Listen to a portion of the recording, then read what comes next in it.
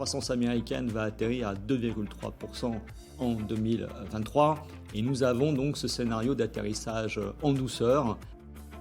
Pour ce qui est de la zone euro, nous avons une prévision aujourd'hui à 0,6%, donc une croissance qui est un petit peu atone. On est vraiment aujourd'hui dans un système de rebalancement de l'économie chinoise avec une économie qui doit être un petit peu moins dépendante de la partie exportation, moins dépendante également du marché immobilier.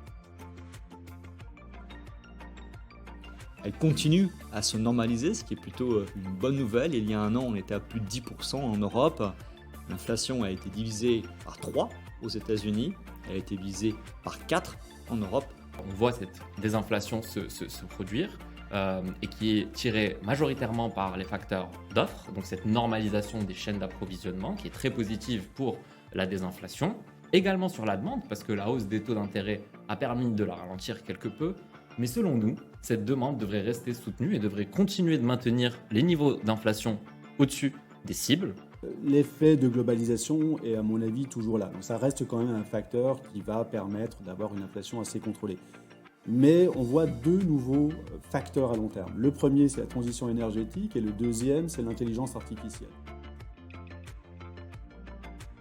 Estimons aujourd'hui qu'il y aura un besoin de plus de 75 000 milliards de dollars d'investissement pour atteindre l'objectif de net zéro d'ici 2070. L'inaction n'est pas une option, donc on aura besoin de ces sociétés d'une manière ou d'une autre.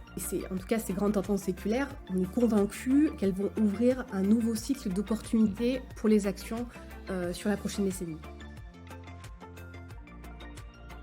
C'est clairement la fin du cycle de hausse des taux. Et sur 2024, nous sommes relativement confiants que les banques centrales vont pouvoir amorcer une normalisation de ces taux d'intérêt. Les banques centrales devraient baisser leurs taux pour suivre ce processus de désinflation. Dit autrement, on ne s'attend pas à un cycle de baisse complet. 40% de la population mondiale aura une élection en 2024 et ça correspond à 80% de la capitalisation des bourses dans le monde. Que si on a une accélération de la croissance en 2024, un peu comme ce qu'on a pu vivre en 2023, et bien que finalement les banques centrales ne soient pas en mesure, comme disait Yasser, de livrer les attentes de baisse de taux d'intérêt, voire même face à un pivot en sens inverse.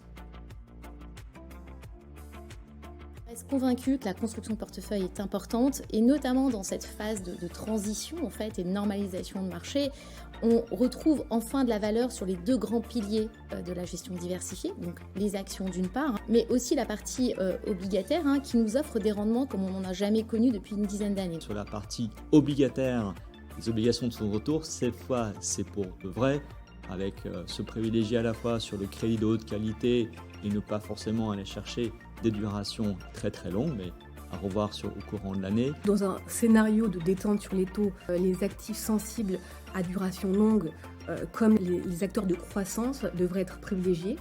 D'une part, on aura une décompression des multiples de valorisation et d'autre part, les valeurs de croissance vont bénéficier de l'assouplissement des conditions financières. D'un point de vue micro, nous attendons à ce que les marges des entreprises restent globalement stables. Sur la partie action, nous, on va être constructif sur 2024. On va plutôt préférer les actions américaines et les actions émergentes. On va probablement être un peu plus prudent sur les actions européennes. Nous restons constructifs notamment sur les grands leaders technologiques de Taïwan et de Corée du Sud qui sont essentiels à la chaîne de production de l'intelligence artificielle. Et puis enfin les actifs privés, une grosse expertise chez nous de Suez.